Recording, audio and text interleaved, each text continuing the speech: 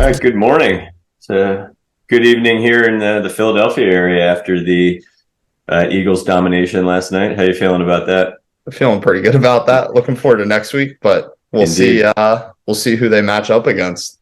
Yeah, either way, I think it's going to be epic. And I was just watching the recorded AFC game from last night. So I think both sides of things are going to be interesting. But yeah, Definitely. I don't know who I want them to play. I think either way, it's going to be a fun night. Yeah, either way, it's just gonna be awesome that it's in Philly. Absolutely. Yeah. Definitely. So All right. So today I think we're going to talk a little bit about the movement continuum, which we alluded to in our last episode when we were just discussing bridging that gap between fitness and rehab. And just the movement continuum is like a term that we both like to use to think about how you can look at a movement, any movement, whether it's a fitness oriented exercise or a functional movement, and basically deconstruct it to see what somebody's ready for from a fitness standpoint or what somebody actually needs to be treated for from a physical therapy or rehab standpoint. So to summarize the idea of the movement continuum, basically you're just going to look at deconstructing any movement into the position or positions of the movement and then the transitions. So the position of the movement would just be the static snapshots of a movement. If we were to slow any movement down, there's going to be multiple positions that you see, but you try to find some foundational or keystone positions that are easy to look at and easy to break down and easy to have people control. And then we can, it slows everything down for the practitioner to assess where there might be some deficiencies. So once we understand those static snapshots, we have different ways to look at making them easier for people or making them harder for people. But after that, then we would look at the transition, which would be just basically the dynamic change from one position to another within a movement. So when we have that deconstruction there, it kind of makes it easier to assess a movement and also just identify where there might be a problem. And then from there, we're going to look at understanding the common markers of loss of control. And those markers that tend to be pain is the number one. So that'll be the biggest red flag. You have pain in a position that makes it impossible to get into maybe a more desirable position. Or is there pain during a transition? And that helps us as therapists, like separate out, is it pain with movement? Is it pain at rest? Like all those things really start to give us information on what to do to treat somebody.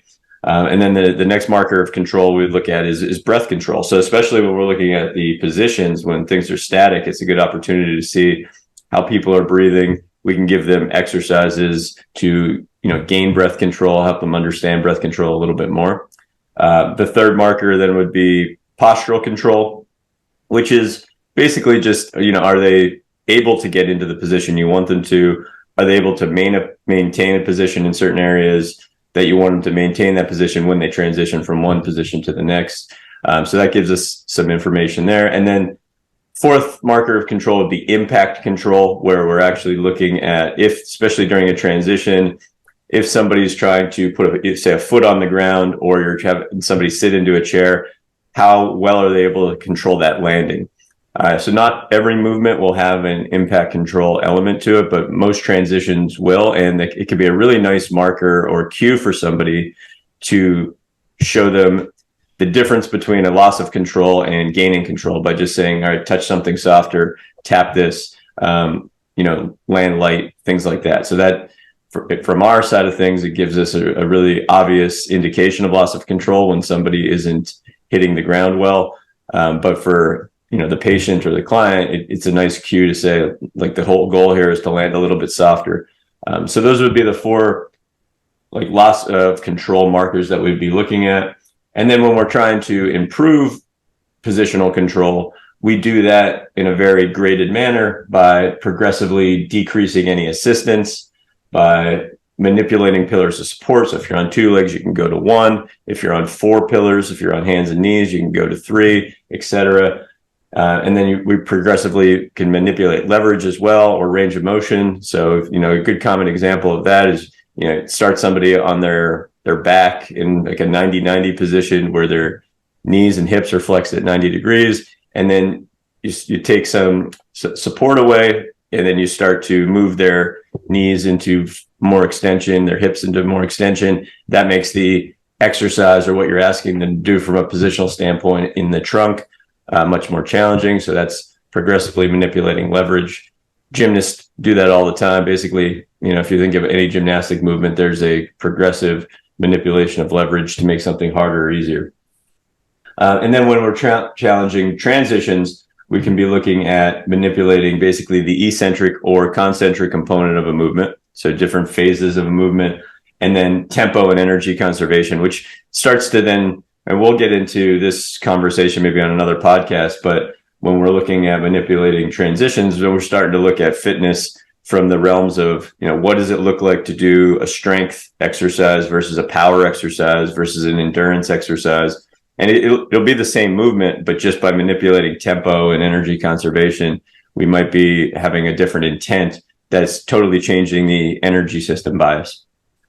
And then with all of this being said, the goal of the movement continuum is to identify what positions or transitions can and cannot be controlled, so that we can identify where within a movement an individual is safe to train or should be treated. And that right there connects that idea of fitness rehab. It's bridging the gap right there. We're looking at the movement, and when we see what someone can't control, that's where we want to train them to get better. And usually, that's going to be close to what be bringing on their symptoms or what their complaint is. So with that being said, I know that was long-winded, but I just wanted to give a full overview of the movement continuum, because we'll probably use that term a lot, and this will be the episode to really explain this in a deeper detail. But for the first component of that is position. So we'll kind of talk about how we look at position within any movement, give some examples of that that are a little bit more concrete, and go from there. So when you're working with an individual, how do you think about position? Like where do you usually start people? You can give some concrete examples. We'll just kind of open it up. Yeah, I think there's like some big movement patterns that we can break down into different kind of fundamental positions. And I think one of the biggest ones that just comes to mind first is, I'll always look at a squat with someone and figure out where they are along that continuum regarding depth, pillars of support, and things we talked about, or you were just touching on there. I usually like to look at some different ground sitting or floor-based positions, whether it's supine, like someone lying on their back, someone lying on their stomach, which would be prone, or a quadruped position, which would be sort of hands and knees. And those are some of the big ones I'll tend to always look at. And we can think especially of those ground positions, like you've talked about before, as transition points between getting from the ground to standing. And that's something that's important throughout the whole life cycle. And especially when, we both see some people that are a little bit older, so it becomes even more important to learn how to identify any compensations there and then find the right starting place for them. But in addition to that, some other positions I'll look at would be a half kneeling or a tall kneeling as well. I think the whole idea with all of that is just starting more static with things.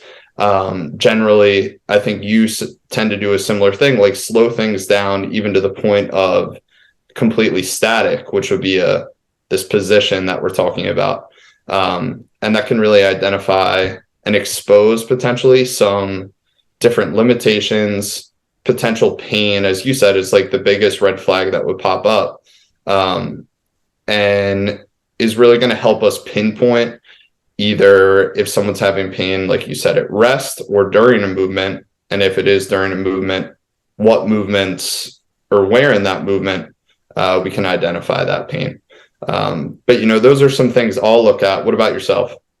Yeah, and I think just to go off of what you said there, a lot of those movements they can be within like one big broad movement. So just the idea of getting up and down from the ground, right? There's several static positions that we can stop and treat or train. Or, like something like a half kneel could be the bottom of a lunge.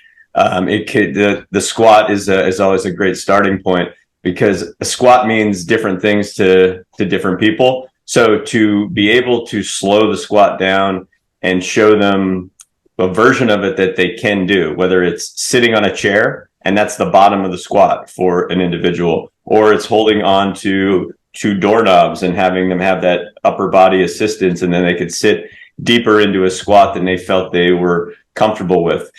It's giving someone an idea of what they're ready for, and showing them, all right, here's how you can do this right now, and then also giving them that next step is like, it's pretty obvious how you make this easier, right? Or how you make this harder. It's you take some of the support out of the hands, or we make the seat a little bit lower. So it starts to make the movement that you want them to do make more sense, because especially from a physical therapy perspective, there's a lot of fear involved in doing some of these broader movements that we can call functional movements, or we can call fitness movements.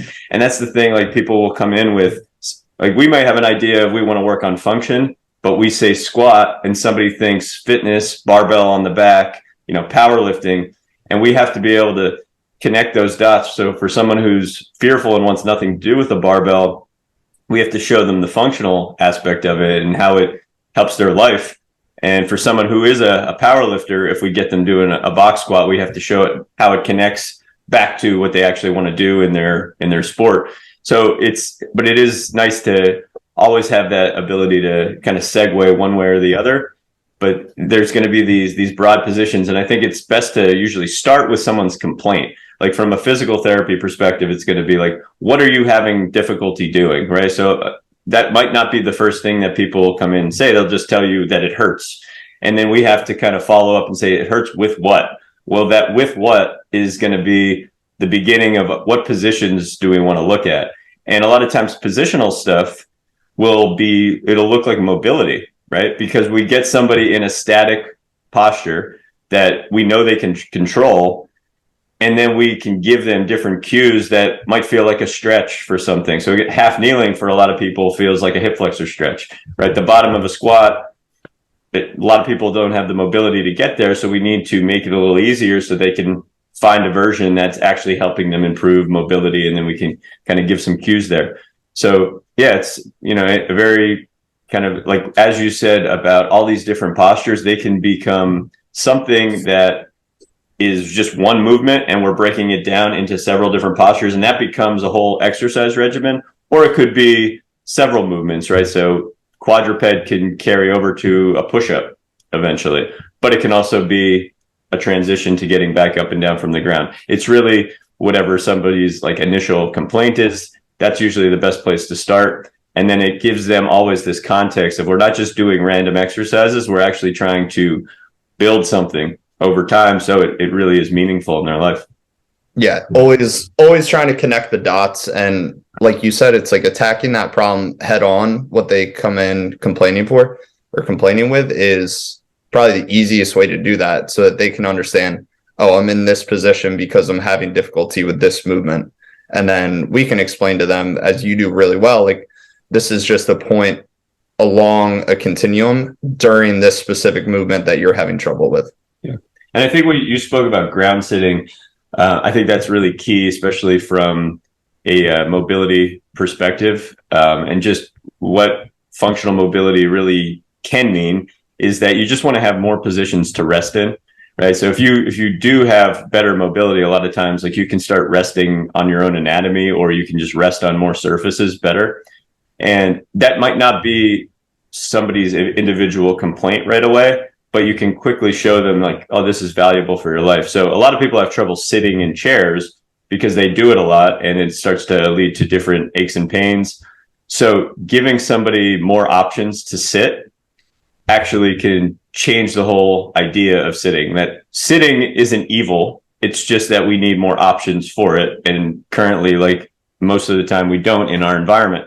So getting people to sit in a cross-legged position on the ground, but explaining maybe some postural fundamentals that we'd be looking for there, and then starting to look at, okay, well, why would this be more difficult? How would this become easier? Well, it would have to do with probably your hips getting more mobile or your shoulders being able to support you in a certain way, right? So ground sitting can be this whole element that opens up a lot of function for people. And then if you get on the ground to sit, it also is going to segue into, I have to get up from the ground. So then we're going to break down those postures that lead to getting back up, right? So then it's just something as simple as that, which is a great starting point. I know you do that a lot. I certainly do that a lot, is just see, like, where are people starting from a ground sitting perspective? How many different postures can we get them in on the ground?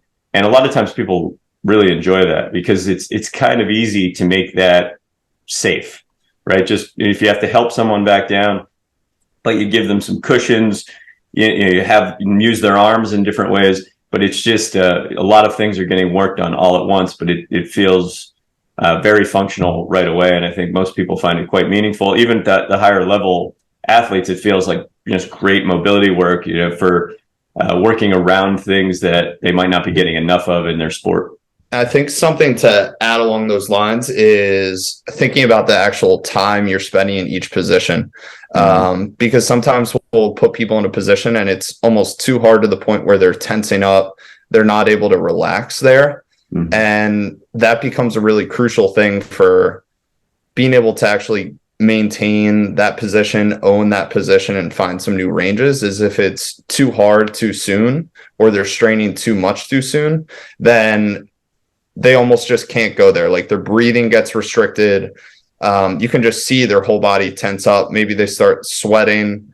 Not necessarily a bad thing that they're sweating, but like there needs to be this balance between hard enough, like you said, sort of to the point up to their limitation, but not necessarily pushing past it and trying to spend a lot of time there where their breathing is restricted and they're in this really like stress response state.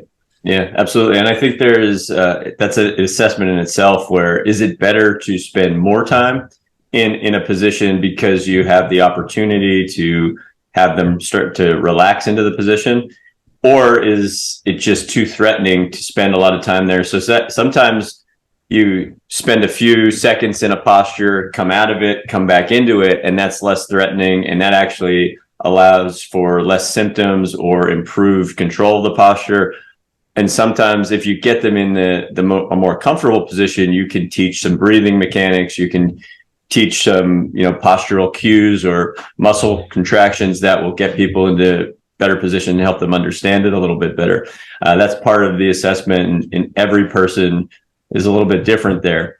And I think the position really matters too. Like if you're in a more upright position and you're in some type of resistance or gravity's resisting you, it's going to be a lot harder to spend more time there versus if you're in a more recumbent position or like supine side lying prone type of position. So that's part of the assessment, but you're looking at that first typically before you're trying to move more dynamically with people. I mean, I think that's the idea there and that's like the first step of the movement continuum. It seems simple, and a lot of the exercises that are traditional within physical therapy can fall into that realm. I think what gets lost is that they're not often tied back to the original movement. And we mentioned the idea of starting at the finish last time, where it'll just be exercises on your back, it'll just be exercises on your side, on your front, but really not connecting them to the movement that someone has a complaint with. So I think good start of this broader topic of this movement continuum. Next week, I wanted to talk a little bit about the transitional phase of breaking down a movement, which will start to open up some doors and things will look a little bit more like dynamic exercise at that point. Sounds good. All right. I'll see you next week. All right. See you next week.